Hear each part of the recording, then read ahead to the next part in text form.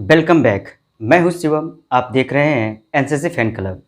Friends, आज class 12th physics chapter number first विद्युत आवेश और विद्युत क्षेत्र का लेक्चर नंबर 5 है। आज हम लोग देखेंगे आवेश का क्वांटम सिद्धांत, जिसे कि आवेश का क्वांटमीकरण भी कहा जाता है और इंग्लिश में इसे क्वांटाइजेशन ऑफ चार्ज कहा जाता है।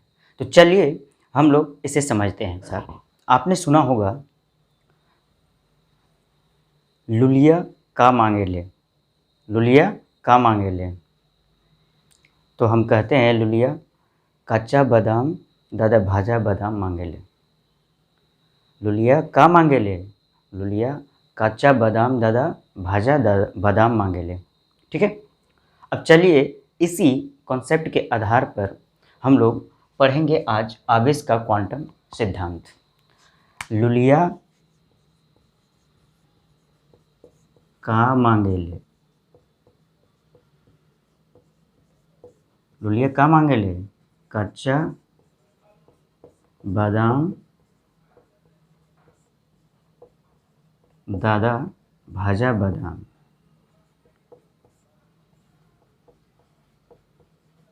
ठीक है। लुलिया का मांगे ले, लुलिया का मांगे ले, लुलिया कच्चा बादाम दादा भाजा बादाम मांगे ले। लुलिया का मांगे ले, लुलिया का मांगे ले, लुलिया कच्चा बादाम दादा भाजा बादाम मांगे ले। चलिए दोस्तों, हम लोग समझते हैं आज आवेश का क्वांटम सिद्धांत या आवेश का क्वांटमीकरण या क्वांटाइजेशन ऑफ चार्ज। ये कॉन्सेप्ट है हमारा। इसी के आधार पर हम लोग समझेंगे आज आवेश का क्वांटम सिद्धांत। लुलिया का मांगे ले तो कच्चा बादाम दादा भाजा बादाम मांगे ले। अब समझिए यहाँ से इसका मतलब क्या हुआ। मान लो मैंने किसी लड़के को खड़ा किया क्लास में और बोला कि बाबू जाओ मार्केट से बादाम लेके आओ। तो दो प्रकार का बादाम लेकर आना, एक कच्चा बादाम और भाजा बादाम। ठीक है। कौन कौन सा बादाम? कच्चा बादाम और भाजा बादाम का है। तो कौन मांग रहा है? लुलिया मांगे ले। कौन मांग रहा है? लुलिया मांगे ले कच्चा बादाम तथा भाजा बादाम। ठीक है।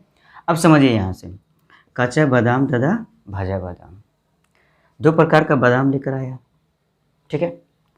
अब यहाँ पर है हमारा कच्चा बादाम और यहाँ पर है हमारा भाजा बादाम।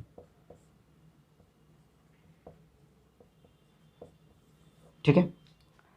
अब मैं बोल दिया कि बाबू कच्चा बादाम जो लाए हो उसमें उसका दाना गिनकर बताओ कितना है। तो मान लो जिस लड़के को हमने बोला है वो लड़का कच्चा बादाम का दाना गिनकर बताया कि सर 150 पीस है। कितना है? 150 पीस है। ठीक है। और भाजा बादाम का जो दाना का संख्या है वो हमने पूछा कितना है भाजा बादाम का दाना का संख्या। तो उन्होंने बताया कि सर 200 है। कितना है? 200 है। ठीक है। तो यहाँ पर टोटल कच्चा बादाम और भाजा बादाम को मिला करके टोटल दाना का संख्या कितना हो गया? 200। अब प्लस में 150 यानी कितना हो गया? 350, 350 हो गया। ठीक है। अब समझिए यहाँ से मैं बोलूँ कि एक बादाम के दाने का जो वजन है वो है 1 ग्राम। कितना है? 1 ग्राम। ठीक है। तो कच्चा बादाम में दाना का संख्या कितना? 150। तो इसमें गुना कर देंगे 150 से। कितना से गुना कर देंगे? 150 से। 1 ग्राम में 150 से, एक दाने का वजन है 1 ग्राम, तो 150 दाने का वजन कितना? तो 150 गुना 1 तो हो जाएगा 150। अच्छा चलो 1 से नहीं 2 ग्राम इसको मान लेते हैं। कितना मानते हैं? 2 ग्राम। ठीक है। तो एक दाने का द्रव्यमान है, एक दाने का वजन है 2 ग्राम, तो 150 दाने का वजन 2 से गुना कितना हो गया? तो हो गया 300 ग्राम। कितना हो गया? 300 ग्राम। ठीक है। अब भाजा बादाम में जो दाना है उसमें एक दाना का हम वजन मान ले रहे हैं 1 ग्राम।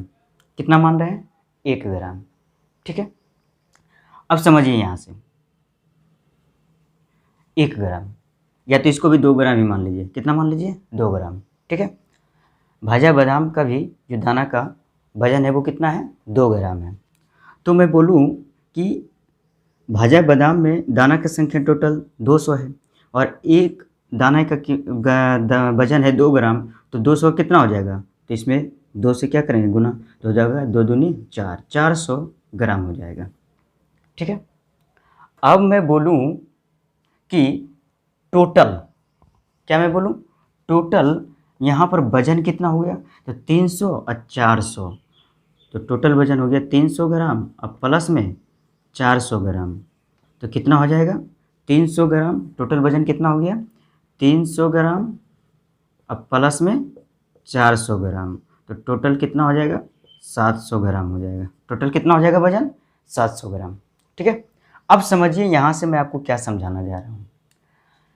देखिए, टोटल जो वजन है हमारा कितना है?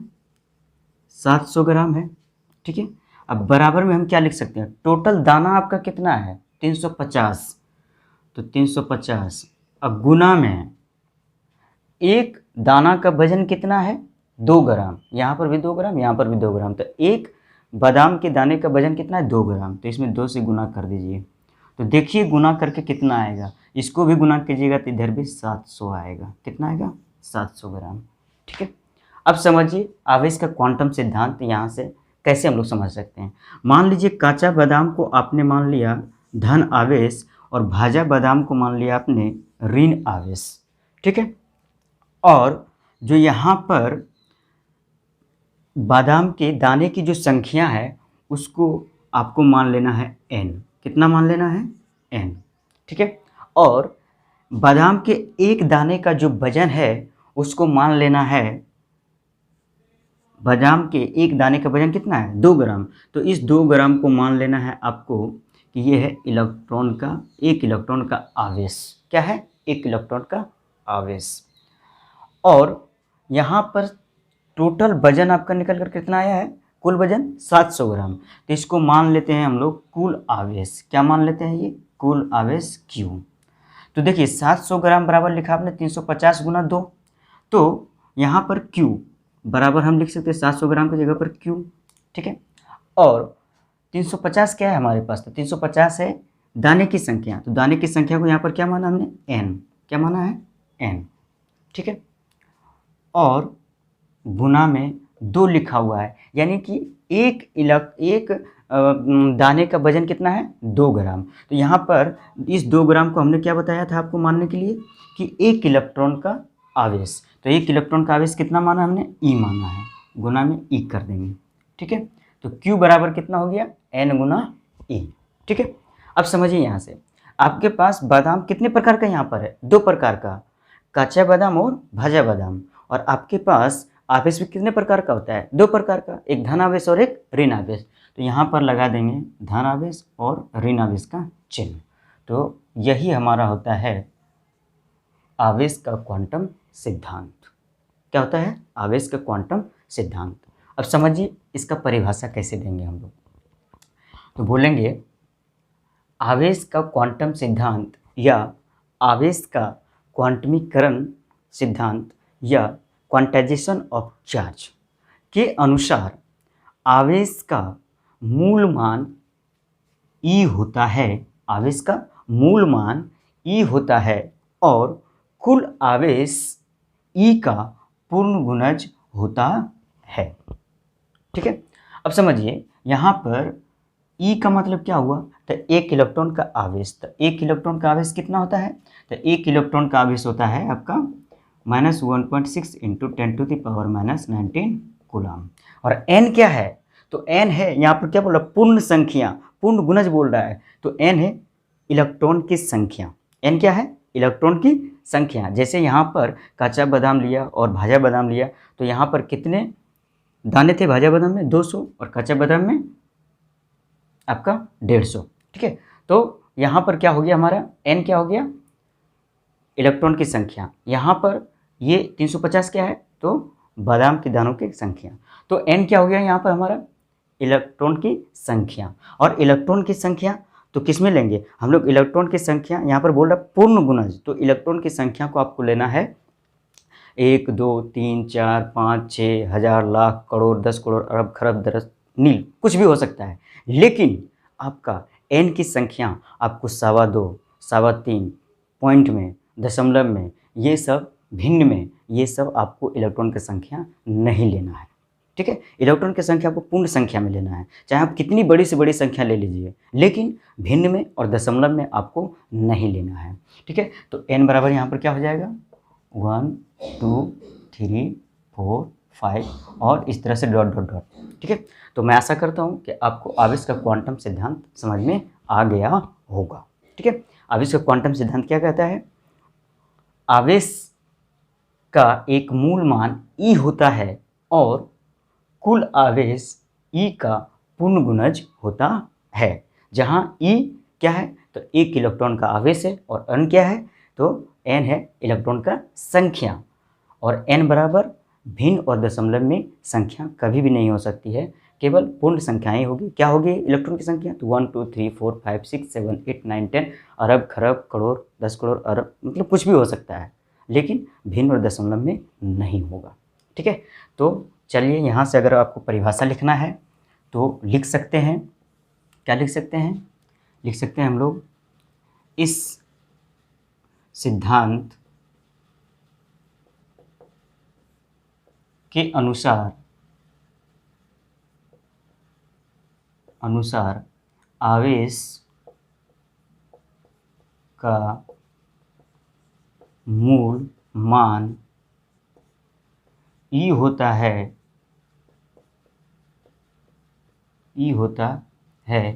और कुल आवेश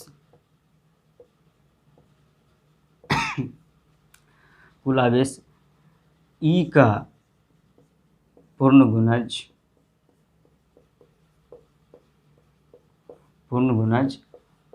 होता है। तो आवेश का क्वांटम सिद्धांत से हम क्या लिख सकते हैं? Q बराबर प्लस माइनस n E, जहाँ E क्या है? एक इलेक्ट्रॉन का आवेश,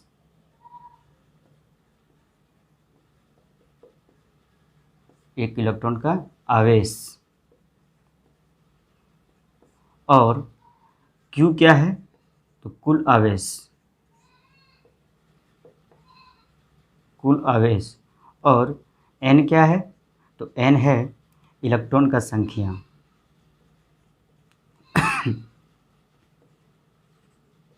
इलेक्ट्रॉन का संख्या। ठीक है, और n बराबर क्या क्या हो सकता है? तो 1 2 3 4 इस तरह से जितनी भी संख्याएं सब हो सकती है, लेकिन n बराबर क्या नहीं हो सकता है? तो n बराबर आपका भिन्न और दशमलव, भिन्न और दशमलव में संख्या नहीं हो सकता है। ठीक है, तो चलिए आप इसे आवेश का क्वांटम सिद्धांत को नोट कीजिए। यदि मेरे द्वारा बताए गए यह कॉन्सेप्ट लुलिया का मांगे ले कच्चा बादाम तथा भाजा बादाम के आधार पर यदि आप आवेश का क्वांटम सिद्धांत अच्छे तरीके से समझ गए हैं, तो आप इस वीडियो को ज़्यादा से ज़्यादा शेयर करें और चैनल पर नए हैं तो चैनल को सब्सक्राइब जरूर करें। अब चलिए यहाँ से एक और प्रश्न पूछा जाता है आवेश के क्वांटम सिद्धांत के आधार पर। चलिए इसका आप स्क्रीनशॉट लीजिए, फिर मैं आपको बताता हूँ कि इसके आधार पर क्या प्रश्न पूछा जाता है। ठीक है, चलिए ले लीजिए इसका स्क्रीनशॉट आप लोग। ओके, अब हम लोग आगे बढ़ते हैं, इसके आधार पर क्या प्रश्न पूछा जाता है।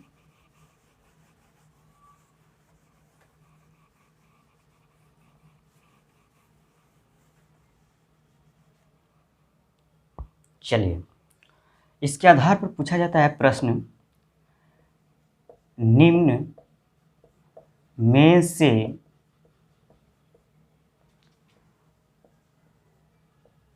कौन आवेश संभव नहीं है,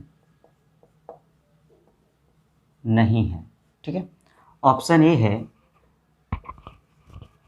3.2 इंटू 10⁻⁻19 कूलम। ऑप्शन बी है 3.2 इंटू 10⁻⁻19 कूलम। ऑप्शन सी है 2.4 इंटू 10⁻⁻19 कूलम।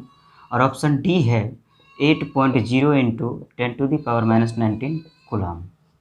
अब चलिए यहाँ से इस प्रश्न को बनाने के लिए आपको आवेश का क्वांटम सिद्धांत यानी आवेश का क्वांटमीकरण सिद्धांत आपको ध्यान में रखना है। क्या ध्यान में रखना है? Q बराबर क्या होता है? प्लस माइनस एन ई होता है।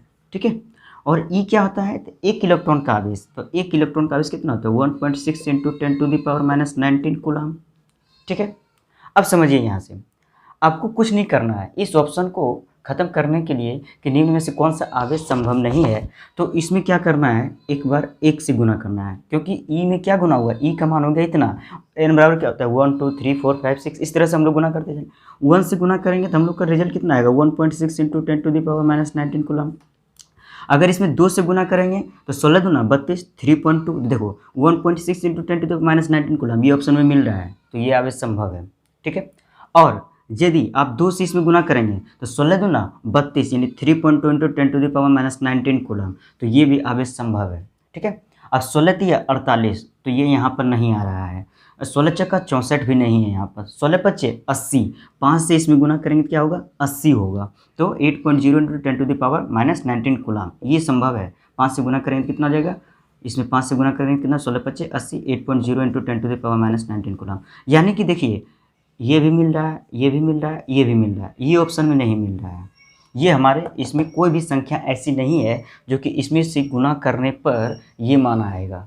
तो हमारा यही आवेश संभव नहीं है। और ये कौन सा आवेश होगा? ये आवेश होगा, ये हो सकता आ सकता है पूर्ण संख्या से गुना करेंगे तो इतना नहीं आएगा, लेकिन इसमें भिन्न में या दशमलव में कुछ इसमें गुना कर दें तो हो सकता है कि ये 2.4 आ जाए। लेकिन आपको मैं बता चुका हूँ कि n का मान भिन्न या दशमलव में नहीं हो सकता है, इसलिए हम बोलेंगे ये आवेश संभव नहीं होगा।